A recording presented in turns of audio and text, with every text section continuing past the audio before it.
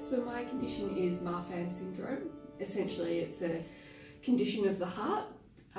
It's also it affects my entire body because it's a condition of the muscles as well. After heavy exercise or exercise of any real type, when your blood pressure increases, your aorta expands. And then once you start to cool down and calm down, your aorta contracts back down again, whereas mine doesn't. In my 29 and a half years on this planet, it's been a challenge. I've had everything that you can possibly think associated with NF, from brain tumours to tumours behind the eyes to neuroendocrine carcinoid tumours, to scoliosis, to learning difficulties. Everything that is associated with NF, I've basically got. It's a genetic condition. My father has it. He needed a heart aortic transplant, I think, is what they were called. Yeah. And it took a very long time to get to that diagnosis. Yeah. And then when I was born, or when they knew that I was coming, and there's a 50-50 chance of it being passed on. Yeah. And so as soon as they saw me, they sort of understood. They saw the longer fingers and the longer body and the sort of those classic kind of Marfan visuals, and they sort of went, yeah, probably, yeah. Mm-hmm. And I've been monitored ever since. I was also diagnosed at 8, I was diagnosed with precocious puberty, which is the early onset of puberty. Okay. And that was a side effect of having chemotherapy and radiation at 3 years old for my first brain tumour. Right. That was associated with NF. So everything that I've been diagnosed with or that I'm living with has all come back from NF. Right. So I suppose I was 7 or 8 when I really got the understanding. I knew I had cancer, but I didn't know that I had, fibromatosis. Until I think, we were going to see the endocrinologist in Westmead Children's Hospital. So I'm originally from New South Wales. Right. And I remember him, doing what endocrinologists people do, the chain of balls and, knowing what is all this. And then that's when I realised what I had, I suppose you can say. We're often very tall as people in general, and when I was, I think I was 3, I was about sort of this tall, and all my other classmates were, quite significantly smaller than me. And from my mum, that's sort of been a case of, oh, well, your daughter's so much taller, therefore she must be so much smarter. Yeah. And she must be at a different cognitive ability because of her height. Yeah. Are you sure she's 3? School was particularly interesting for me because ball sports, I'm not really allowed to play ball sports, not only because of the physical activity of running, increasing my blood pressure, but also I can't get any blows to the chest. Right. Because I've sort of got like a fragile kind of sternum, and it could all just... So that's any contact sports? Any contact sports are completely out for me. But that also meant, if I was walking around and they were playing the footy and a ball came my way and I was just a spectator, a lot of people would be very worried. I remember being on a surf camp and I got knocked off my board and I went under, and I was very used to going swimming. My family did it a lot. Every teacher panicked. They dragged me out of the water, they sat me on the beach, they were like, okay, you okay, you're just going to stay here now. And I was excluded for 5, 10, 15 minutes to make sure that I was okay, which is the safe thing to do. I all throughout my schooling years and my young adult life, I was always outcast. I never fit into any social circles. So it was just like, oh well, I'm just different. I did feel bad. I didn't really enjoy school. I cried a lot because I was being bullied because I was fat. I developed breasts at a young age because of my puberty and the onset of puberty, and then being on female drug hormones to slow that puberty down for 2 years. Yeah, it was a rough childhood. Spent a lot of my lunches in the library, and morning teas in the library because I didn't really fit in. Weekends were, spent in the kitchen with my Italian grandmother, cooking and, doing all that fun stuff. Yeah. But yeah, I just was really isolated as a young person. So I'm a qualified food technologist. Most people aren't going to know what that means, but essentially I can work in any food manufacturing facility. It means that I need to do a lot of tasting and eating of the food. So I worked in an ice cream factory, and so I would be eating. Well, taste all the food. Exactly. For a bit of context, I would have a minimum of about 5 meetings a week where I would be eating ice cream, and you're like, yeah, whatever. But it did mean that because of my restrictions, I can't exercise, so I can't go to the gym. Yeah. I'm not allowed to lift weights. I'm not allowed to lift anything heavy, let alone weights. I couldn't even lift 2 kilos. I'm not allowed to do any of those, what are they called, spin classes, because I can't get my heart rate up high enough. I'm not allowed to. So while I'm eating this ice cream 5 meetings a week, I can't do anything to maintain my healthy lifestyles, so to speak, with exercise and gym work. We don't necessarily gain weight in the same way as a lot of other people do as well. We've generally got a very thick, or it's generally around our trunk, and our limbs are relatively fine. So it's just one of those things. I was always, are you a basketball player, or can you play basketball, or do you play netball, or any of those sorts of things? It's like, well, no, I can't.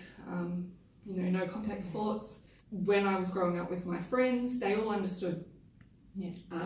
I was into music, and we were all into music, and we took a different path. And we weren't gym junkies. We weren't into that. That wasn't what we did. Yeah. And when I was younger,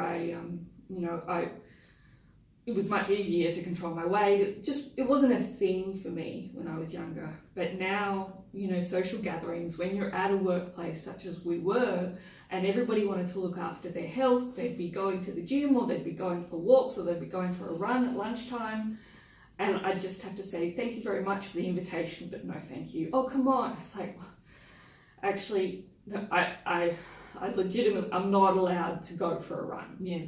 Everybody is also going to be different from me as well. So every Marfan, it's on a spectrum, and it's on a scale.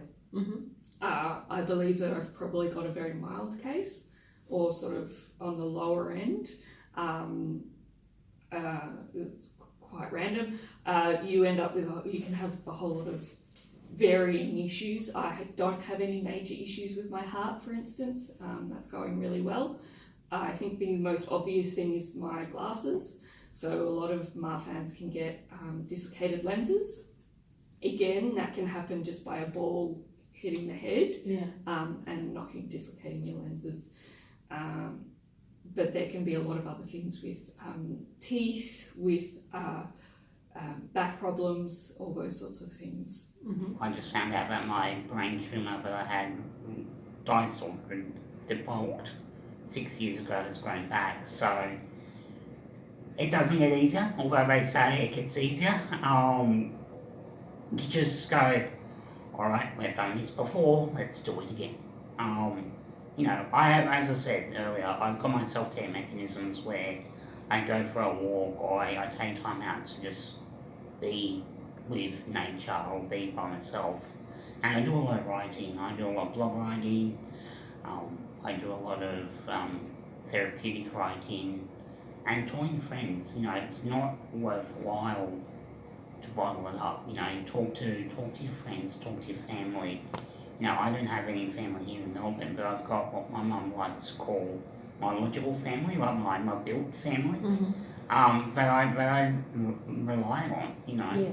they're great to be that support when you are having a really bad day. Yeah. But don't let the emotions build up. Talk to people. Now I've got a psychologist as well that I go and see. I do my writing. I do enjoy that cheeky glass of red dinner, and dark chocolate. But it's just about those self-care mechanisms. You know, you are going to face living with NF. It's not going to stop until the day I die. Yeah. I'm going to keep getting these setbacks and keep getting, oh, you've now got this tumour. You've now got this tumour. Oh, congratulations, you've got cancer again. Yay. Yeah, you know, as I said, bad days happen to all of us. Just be yourself. Yeah. So my partner is really fantastic. He understands. You know, if I ask him to help me with the groceries, he will come and help me with the groceries very quickly. If he sees me carrying anything, he'll take it off me. I think that I can do it, but perhaps I shouldn't, and that's not necessarily a bad thing. Yeah. You know, it's all about a bit of self-preservation, I suppose. Yeah. And not being, it really feels like you're being weak if you can't carry, you know, a grocery bag with, you know, sort of 4 litres of milk and you know, a couple of other heavy items, but you know, you've also sort of got to listen to your body. So Yeah. I also see a lot of health professionals as well, so that's changed, I think, a lot as I've gotten older. Mhm. Is that by choice? Yes and no. Yeah. I have to see an optometrist, I have to see a dentist, I have to see a cardiologist. An osteo has been a fantastic help for me. Chiropractic, not so much, because it's the cracking of the limbs, and it's that connective tissue within the bones that really, you know, that's the delicate part. Yeah. So probably not a chiropractor, but say an osteo, because I do have that sort of musculoskeletal stuff. I can get a bad back, and it can originate from a whole lot of different places. So it could be my feet. I've had a podiatrist in the past. I still do. And it all sort of, you start to realise that it's all connected.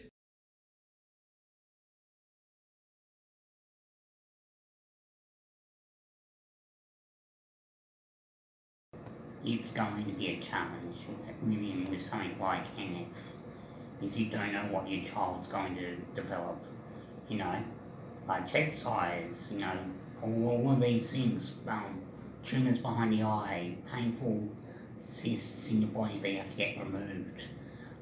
You know, cafe au lait spots that make you stand out, like the, you know, I don't know, make you stand out. Your child needs your support, so you need to be that backbone for your child. You know, do your research, call people like CTF, and then you have organisations associated with your rare condition. But don't withdraw yourself from the community. You know, speak to those people that have had that lived experience. You know, because that's what is really important. You know, reach out to whoever you can. Do your research online. Now they say, oh, it's no good being Dr. Google, but if you know the basis of your condition and then you're doing research to further understand your condition, that's helpful. You know, looking at side effects of having an optic-liner behind the eye, looking at the side effects of having scoliosis, looking at the side effects of learning difficulties. With learning difficulties, reach out to organisations, because there are organisations that help delayed development for children, like Ronald McDonald House have a great learning program. You know, there's organisations out there to help you get through your own battles. Know yourself, I suppose. You're the only person who knows you. self-confidence. It's all just got to be about self-confidence. Finding the people who really work with you, whoever they are. I definitely always look for that light at the end of the tunnel. I know it may not ever come, but I go, look, I'm going to get through this. Just like I've got through my last brain tumours. You know, there is hope out there. I've lost so many friends because I've been associated with cancer my whole life. It's sad, you know, losing friends that are 20, 23. You know, I lost a friend. He was 12 and he relapsed 3 times. You know, but I do what I do for my friends that I've lost. You know, because we've got a story to share. You know, I've been through the ringer. You know, I've been on roller coasters up and down, and you know, scary merry-go-rounds that never seem to end. But there's hope. There's hope for a cure. You know, just yesterday the Prime Minister announced the 50 billion in brain cancer research. That's fantastic. You know, I'm over the moon about that. Because I don't want kids to have a brain tumour. I don't want kids to have cancer. I don't, you know, I should be saying this where we are, but I don't want these places to exist. Because kids need to be out there having fun and being themselves. Yeah. So there is hope. Who cares what a person looks like on the outside? We're all the same on the inside. We've got a heart, we've got a mind, we've got a soul. We're a human being. You know, accept the person for who they are. You know, I'll reference a quote from the movie Wonder that came out earlier this year. I saw it, yes. You know, why blend in when you're born to stand out? You know, accept a disability, be yourself, because you're an awesome person. Yeah. You know, like, just, no matter what people say, be proud of who you are, because no one knows what you're going through. No one knows your story like you do.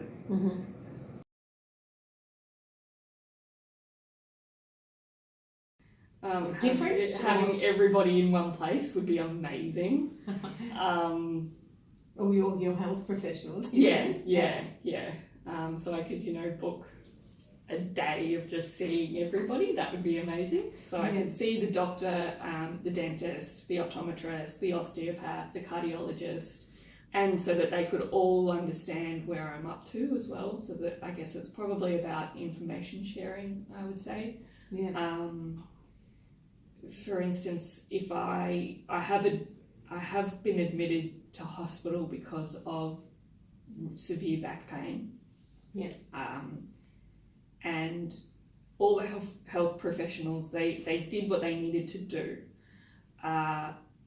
However, if I contacted my cardiologist and I said, oh, look, I've got this bad back pain, they were just like, why are you calling me? Yeah. I'm the heart, not the back. Whereas everybody in the hospital was like, oh my God, it could be your heart. Like, it could be. That's what's probably going on right now. The medical community are doing their best, because if they miss the heart, that's a really big no-no. Yes, yeah. You know, like, and I completely understand that. But then if you actually speak to my cardiologist, he's like, look, no, you're fine. Don't worry about it.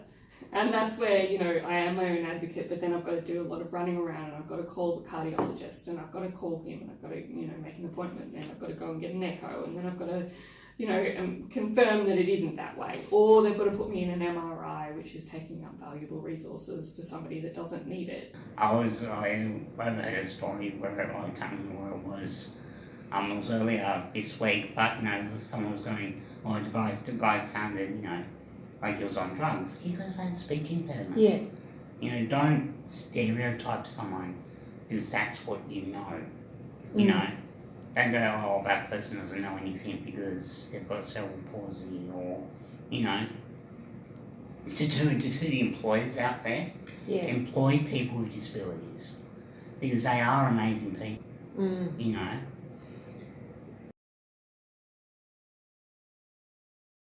So I'm a part of the Children's Tumour Foundation. I know it seems weird that I'm not a child, but because neurofibromatosis is seen as a children's condition, Yeah. they're branded as CTF Australia. But it's just nice to have, have the team there. If I have any questions of what I'm going through, they're there. If it's related to NF, they're there. Yeah. Recently in February this year, I had my neuroendocrine stomach pancreatic tumour. Well, it wasn't removed because it spread to the liver, but they did some surgery and CTF were there for me.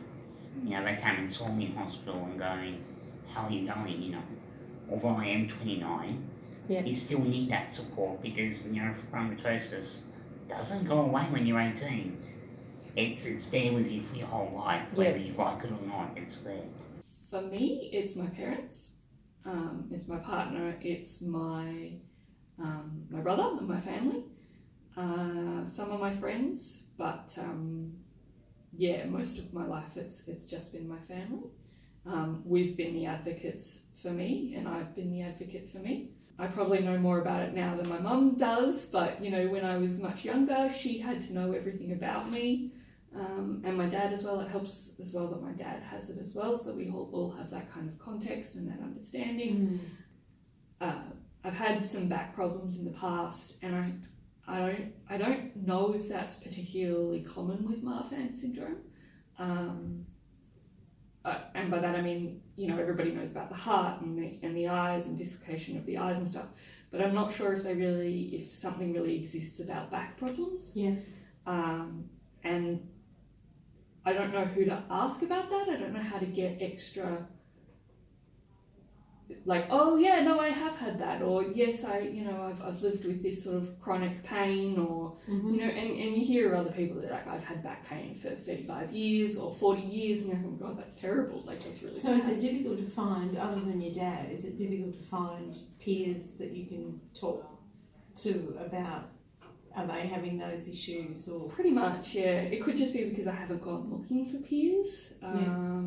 It's not the first thing I think of. I think of medical professionals first. Yeah. I know that there's a huge community in America, for instance, but if I was looking for medical referrals, I can't necessarily go to American. My community around me when I was growing up in Northern New South Wales was fantastic, I had all my family's friends around me. I had all of them. My school, like the teachers, was supportive of me. My friends when I moved to Melbourne were supportive around me. That community spirit and that community engagement, to have that hope and to bring you through that dark tunnel that you're in at the moment is important. As I said earlier, rely on your friends, rely on your family. If you need something, ask them. Yeah. Because I saw it, we're quoting a lot here. If they matter, they won't care. It was only around the ones that really care will be there for you. Yeah. And the ones that don't care Don't matter. don't matter. Yeah, there we go. The ones that care matter, and the ones that don't care don't matter. Yeah.